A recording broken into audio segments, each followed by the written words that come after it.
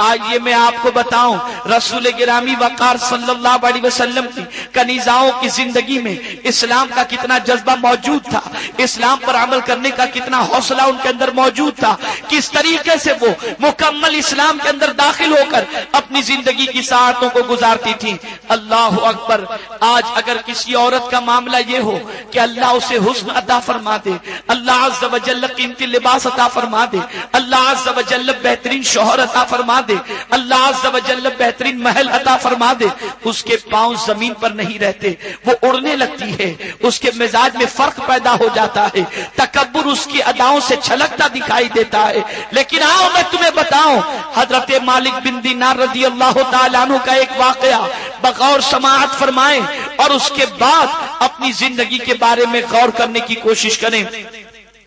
حضرت مالک بن دینار رضی اللہ المولا تبارک و تعالی عنہ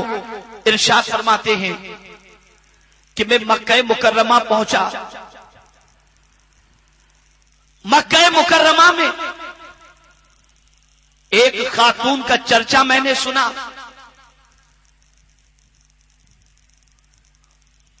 اس خاتون کے حوالے سے مکہ کے باشندہ لوگ، مکے کے باشندے یہ کہا کرتے اور عورتوں میں یہ تذکرہ ہوتا کہ اس عورت کو اللہ نے آنکھیں بڑی خوبصورت عطا فرمائی ہیں۔ مکہ کی عورتیں اس عورت کی خوبصورت آنکھوں کو دیکھنے کے لیے اس کے گھر پر جایا کرتی۔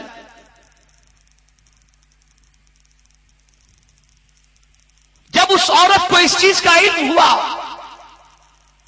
کہ میری آنکھیں بڑی خوبصورت ہیں اور میری خوبصورت آنکھوں کے چرچے پورے مکہ میں ہو رہے ہیں، تو وہ خشیت ربانی کی بنیاد پر گری و زاری میں مصروف ہو جاتی ہے، رونے لگ جاتی ہے، اور رات و دن اس کا رونے میں گزرتا ہے۔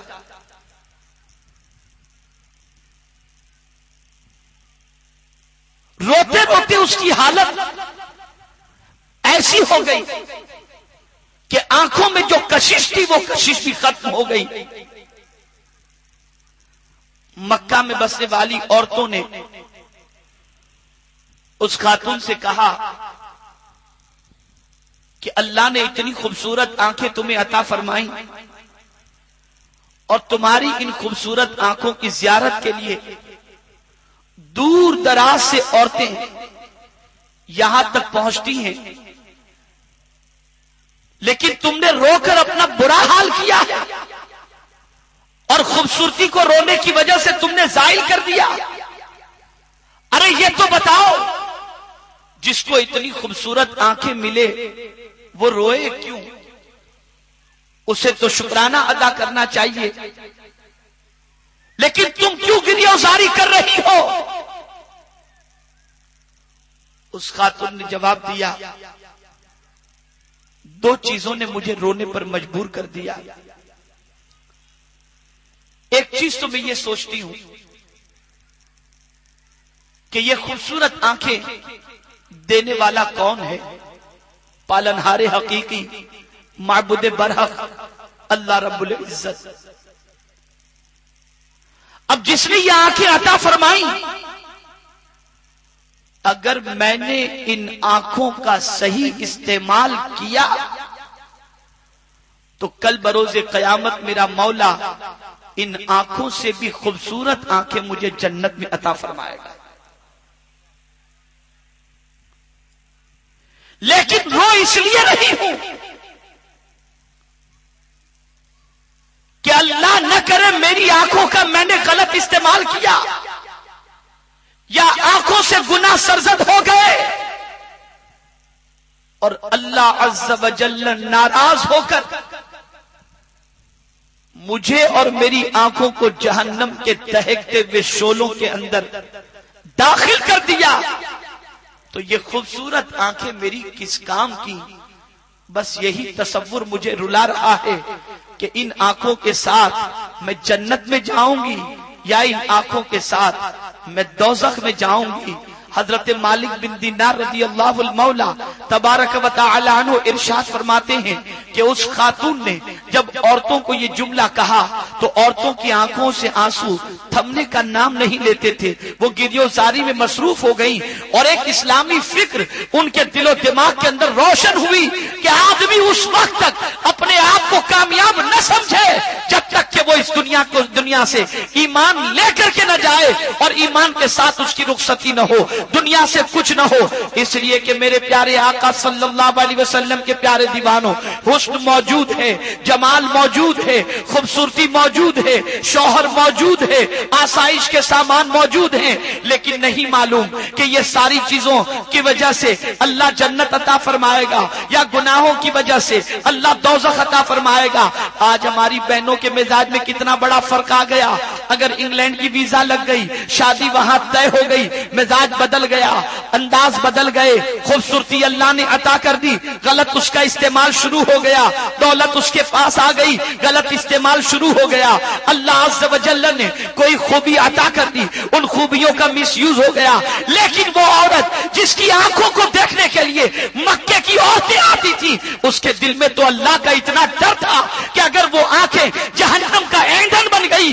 تو پروردگار کی ان آنکھوں کی وجہ سے، جو آنکھیں گناہوں کی وجہ سے جہنم کے اندر ڈال دی جائیں، ایسی آنکھیں کس کام کی ہوں گی۔ اس لیے پتا چلا کہ اسلامی فکر یہ ہے، اسلامی سوچ یہ ہے کہ اللہ کی نعمتوں کو اگر مل جائے تو اس کی صحیح قدر کرنی چاہیے، اس کے قانون کے مطابق، اس کے ارشاد کے مطابق، اس کے فرمان کے مطابق آنکھوں کا استعمال ہونا چاہیے، وجود کا استعمال ہونا چاہیے، زندگی کا استعمال ہونا چاہیے، ورنہ معبود برحق کی بارگاہ کے اندر سخت ترین پیشی ہوگی، اس وقت دنیا کی کوئی طاقت بچا نہ سکے گی۔ آج اگر کوئی تعریف کر دے تو پیر زمین پر نہیں ٹکتے، کوئی کہہ دے تم بڑی اچھی لگتی ہو تو زمین پر پیر نہیں ٹکتا، کوئی کسی ہیروئن کی تمثیل، کوئی کسی ہیروئن سے تشبیہ دے کر کے ایک بچی کی زندگی کو تباہی کے دہانے پر پہنچا دیتی ہے۔ لیکن آپ سوچو جس کی آنکھ کا یہ عالم کہ عورتیں آنکھوں کی زیارت کے لیے آتی، لیکن اسے اس کی فکر نہ تھی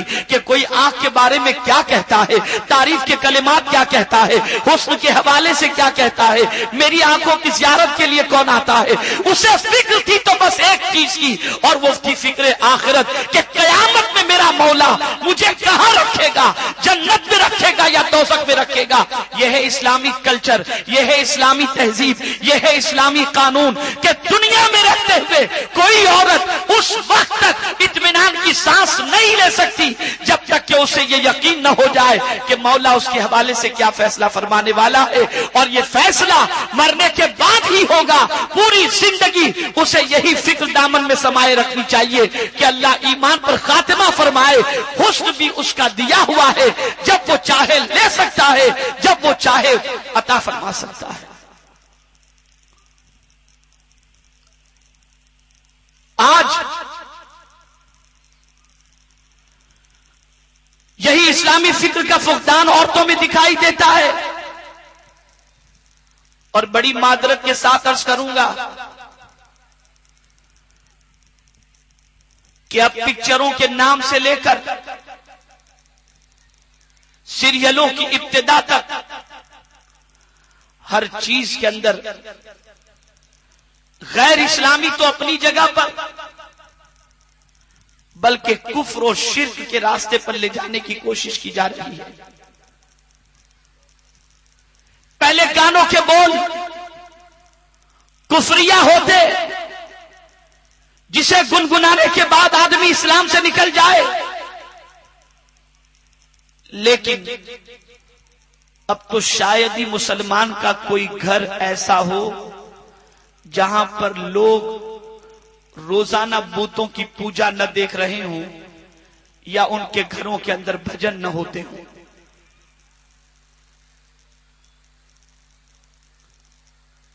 مجھے بتاؤ موجودہ دور کے اندر ہماری بہن کوئی سیریل مس کرنا نہیں چاہتی، اور جتنے بھی سیریل اس وقت ٹی وی پر ریلے کیے جاتے ہیں ان کی ابتدا یا ان کا درمیانی حصہ پوجا پاٹ اور بھجن اور مورتیوں کے ساتھ ہی ہوتا ہے۔ اے مسلمانوں ذرا بتاؤ تم نے اپنے گھروں کو کس طرح سے بت خانہ بنا رکھا ہے کہ اب کوئی گھر ایسا نہیں جہاں بھجن نہ ہوتا ہو، پوجا پاٹ نہ ہوتی ہو۔ پھر تم یہ کہتے ہو کہ ہمارے گھر میں رحمتیں نازل نہیں ہوتی، برکتیں نازل نہیں ہوتی۔ ارے تمہارا زمین زندہ ہے یا مر گیا؟ تم مسلمان ہو یا کیا ہو؟ یہ کیسے گوارا کرتے ہو کہ تمہارے گھر کے اندر مورتی پوجا ہو رہی ہو، بھجن گائے جا رہے ہو؟ ان سیریلوں کو دیکھ کر تم تفریح اور انٹرٹینمنٹ کرنا چاہتے ہو؟ جن سیریلوں کی وجہ سے اور جن پکچروں کی وجہ سے جہنم کے دہتے ہوئے شعلے تمہارا انتظار کر رہے ہیں، کیا تمہیں اللہ کا ڈر نہیں ہے؟ کیا مصطفیٰ جان رحمت صلی اللہ علیہ وسلم کی محبت کسی حد تک بھی دل کے اندر موجود نہیں؟ کیا ان چیزوں کو نہیں دیکھ کر تمہارا کوئی دنیاوی نقصان ہوگا؟ قرآن تو کھولتے نہیں، دینی باتیں تو سیکھنے کا جذبہ نہیں، شام ہوتے ہی ٹی وی کے سامنے سیریل کے لیے عورتیں اس طرح سے بیٹھ جاتی ہیں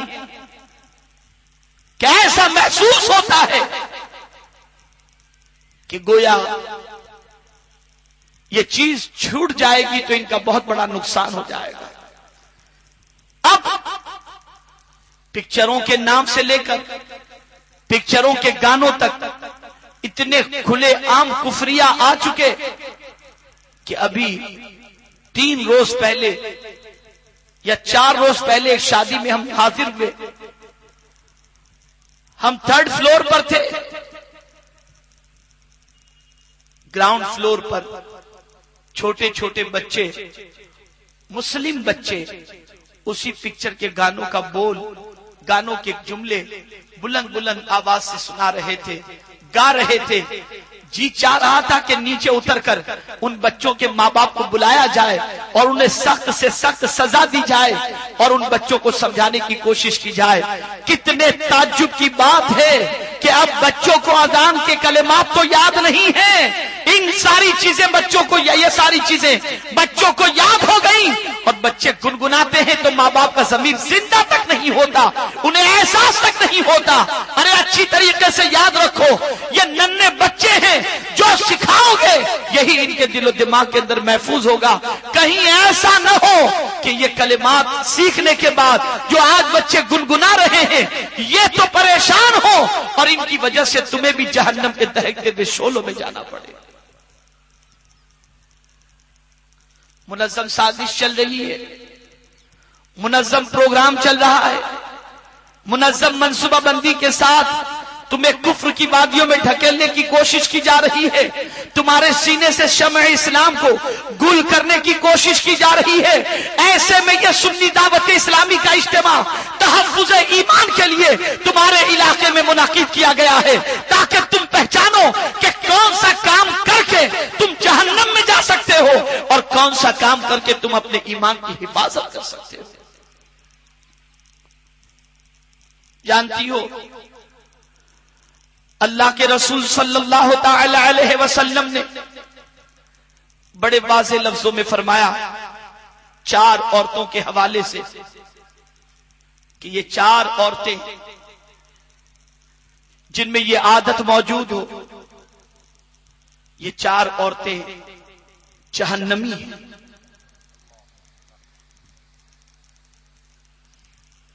اللہ کے رسول صلی اللہ تعالی علیہ وسلم نے ارشاد فرمایا، ایک وہ عورت جو اپنے شوہر کو تکلیف پہنچاتی ہو، ایذا دیتی ہو۔ شوہر کو تکلیف یا ایذا دینے سے کیا مطلب؟ مطلب یہ ہے شوہر کے سامنے بد زبانی کرنا، شوہر کو تکلیف دینے سے مراد اسے کھانے کی حاجت کھانا پیش نہ کرنا، شوہر کو تکلیف دینے سے مراد جن لوگوں سے ملنے سے شوہر کا دل ٹوٹتا ہو ان سے ملاقات کرنا،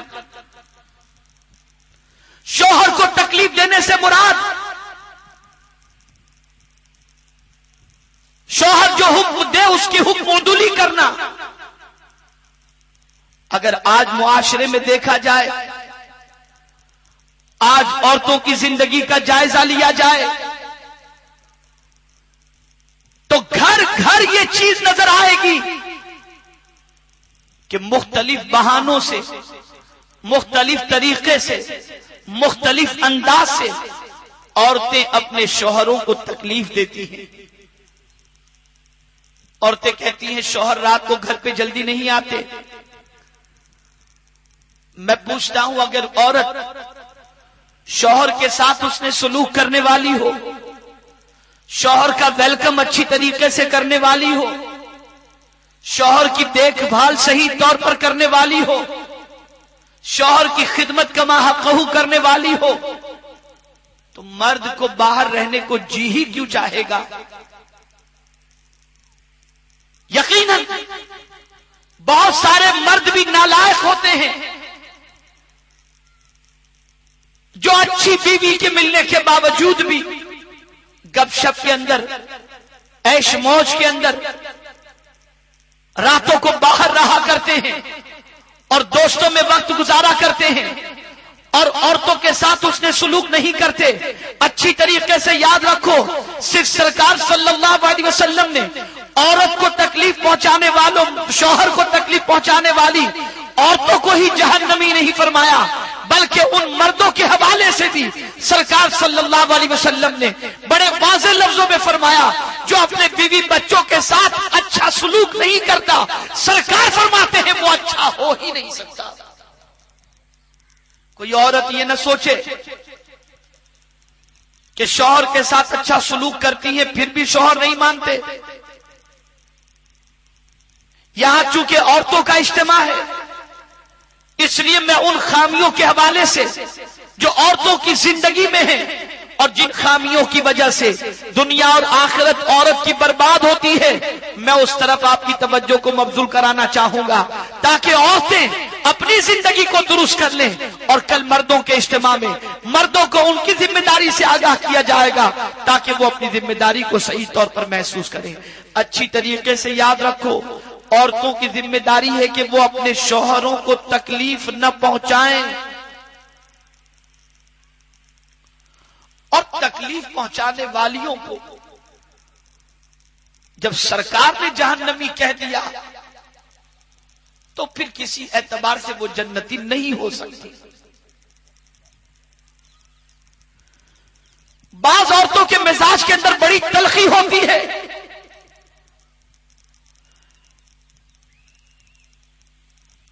بڑی کڑواہٹ ان کی زبان میں ہوتی ہے۔ شوہر گھر آیا تو چہرہ بنائے بیٹھنا، شوہر کے گھر پر آتے ہی گھر کے کاموں میں مصروف ہو جانا، شوہر کے گھر میں آتے ہی بیمار بن کر کے لیٹ جانا، اور شوہر گھر سے نکلے تو تیار ہو کر شاپنگ کے لیے نکل جانا۔ یہ ساری چیزیں وہ ہیں جو شوہر کو تکلیف پہنچاتی ہیں۔ اسی لیے فرمایا گیا کہ شوہر جب گھر میں آنے والا ہو اس کے آنے کے وقت سے پہلے تم اپنے شوہر کے لیے بناؤ سنگار کرو، اچھی طرح سے اس کے استقبال کے لیے تیار ہو جاؤ اور مسکراتے ہوئے اپنے شوہر کا ویلکم کرو۔ اگر شوہر نے گھر میں قدم رکھا اور تم مسکراتے ہوئے اس کا استقبال کیے، تمہارا شوہر اگر تم سے خوش ہو گیا تو مبارک ہو کہ شوہر بھی خوش، مصطفیٰ بھی خوش اور مولا بھی تم سے خوش ہو گیا۔ اس لیے ضرورت اس چیز کی ہے کہ شوہروں کو تکلیف دینے سے پرہیز کریں، شوہروں کو اذیت دینے سے گریز کریں، شوہر کی اندرونی تمناؤں کا جائزہ لیں کہ شوہر کو کیا چیز اچھی لگتی ہے۔ بہت سارے شوہر ہوتے ہیں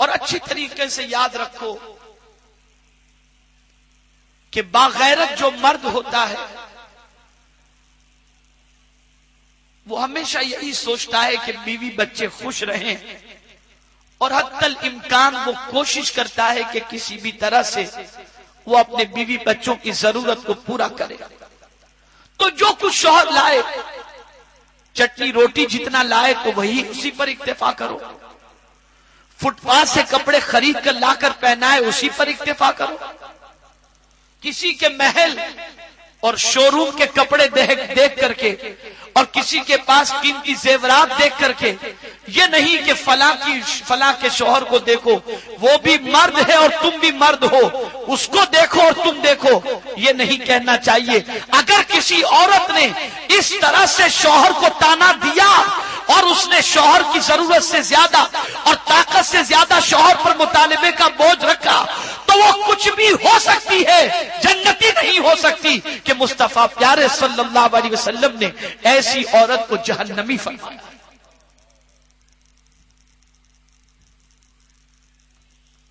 تیسری کون سی عورت ہے جسے سرکار مدینہ صلی اللہ علیہ وسلم نے جہنمی فرمایا؟ سرکار صلی اللہ علیہ وسلم ارشاد فرماتے ہیں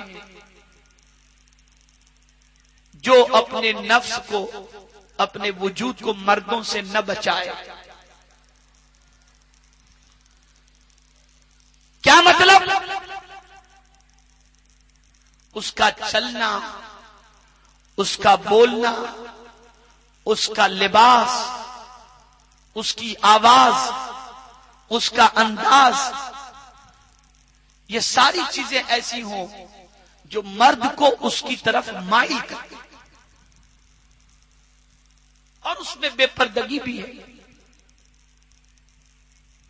آج کل تو فون کریں اور بچیاں فون اٹھاتی ہیں تو اتنی مٹک کر کے بات کرتی ہیں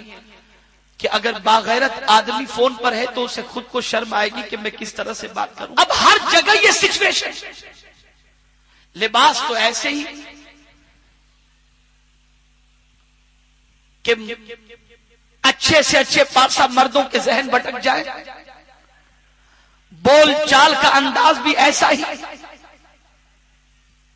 راہ چلنے کا انداز بھی ایسا ہی۔ بلکہ میں آپ کو کیا بتاؤں، ایک دکان کے اندر میں سامان خریدنے کے لیے گیا تو آپ کو حیرت ہوگی کہ کچھ فاصلے پر عورتیں تھیں، میں ایک کنارے پر تھا، چند عورتیں آئیں، انہیں شرم تک نہیں آئی، وہ آ کر قریب میں کھڑی رہ گئی، ہم نے وہاں سے ہٹنا پڑا اور باہر نکل گئے، لیکن عورتوں کو شرم نہیں۔ اور تعجب کی بات تو یہ ہے کہ وہ عورتیں برقع بھی پہنی ہوئی تھی، مسلم بھی تھی، اور جب میں کہتا ہوں بہن تھوڑا خیال تو رکھو تو کہتی ہم بھی تو سودا خریدنے کے لیے آئی ہیں۔ اب کیا جواب دے؟ جن عورتوں کا ایسا مزاج بنے کہ وہ اپنے وجود کو مردوں سے نہ بچائیں، وہ جہنم سے نہیں بچ سکتی، جہنم ہی ان کا ٹھکانہ ہے۔ فرمایا گیا کسی عورت کا جسم کسی غیر محرم کو قصدن اگر چھو لے تو وہ حصہ جہنم کی آگ میں جلایا جائے۔ تو جو عورت اپنے نفس کو مردوں سے نہ بچائے، بے حیائی کا بھرپور مظاہرہ کرے، بلکہ یہاں تک روایت میں ہے کہ اگر وہ اچھے لباس پہن کر، پرفیوم لگا کر اس نیت سے نکلی کہ میں راستے سے گزروں گی یا شادی کے فنکشن میں جاؤں گی تو میرے ڈریس کو دیکھ کر کے، میرے پرفیوم کی خوشبو کو سونگھ کر کے، میرے خوبصورت بالوں کو کٹے ہوئے دیکھ کر کے مردوں کی اور نوجوانوں کی توجہ مجھ پر ہو اور سب کے سامنے میں اچھی لگوں اور سب کی نظریں مجھ پر ہوں، فرمایا گیا اس عورت کا ٹھکانہ بھی جہنم ہے۔ جو ایسی تمنائیں دل میں رکھتی ہیں، اور موت تو برحق ہے، موت سے کوئی نہیں بچ سکتا اور نہ کوئی بچا سکتا، تو مرنے کے بعد اگر جہنم کے دہکتے ہوئے شعلوں میں نہیں جانا تو خدا را مردوں کو اپنی طرف مائل کرنے والی چیزوں سے بچو، بے حیائی سے بچو، برائی سے بچو۔ اور میرے پیارے آقا صلی اللہ تعالی علیہ وسلم کے پیارے دیوانوں، چوتھی جو عورت کے بارے میں سرکار نے فرمایا، بہت اچھی طریقے سے اسے سماعت فرمائیں۔ اللہ کے رسول صلی اللہ تعالی علیہ وسلم نے ارشاد فرمایا، کھانا پینا اور سونا۔ جس عورت کی یہی عادت ہو کہ بس اچھا کھائے، اچھا پیے، اچھا پہنے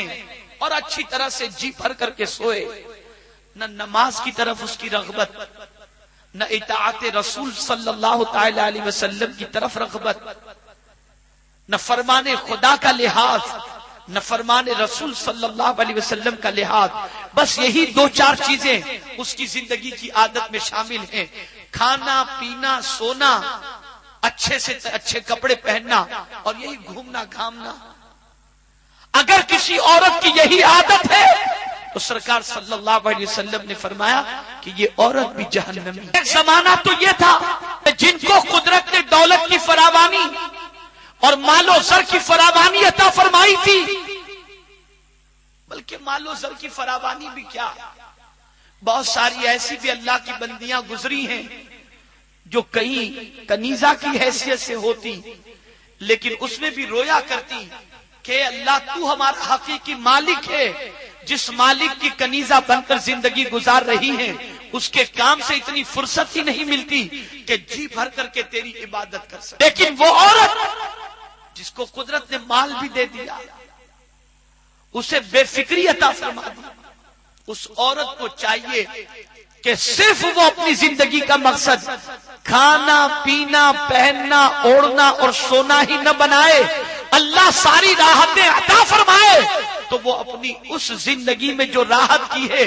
اس راحت کی زندگی میں سے وقت نکالے، نماز کا وقت ہو نماز ادا کرے، تلاوت کرے، عبادت کرے، ریاضت کرے۔ اگر اس نے کھانے پینے اور آرام کے ساتھ ساتھ ان چیزوں کو اپنا لیا اور اس کی طرف بھی اپنی توجہ کو مبذول کر لی تو اللہ کے فضل سے مولا اسے دنیا میں بھی آرام اور آخرت میں بھی آرام عطا فرمائے۔ لیکن اگر دو تین کام والیاں ہیں، سب کچھ وہ کرتی ہیں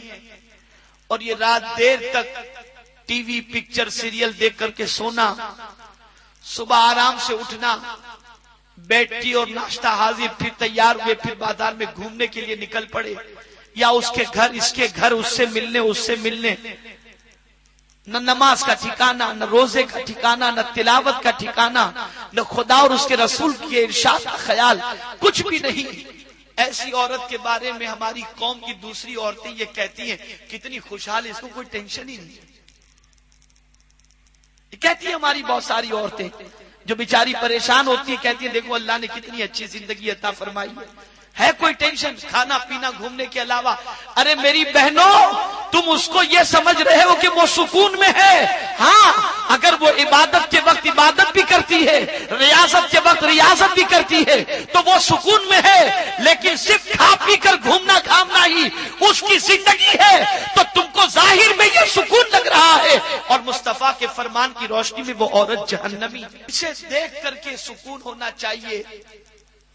وہ کیسی عورتیں ہیں؟ تو فرمایا گیا اگر تم کسی کو کثرت سے سجدہ کرتے دیکھو، کثرت سے تلاوت کرتے دیکھو،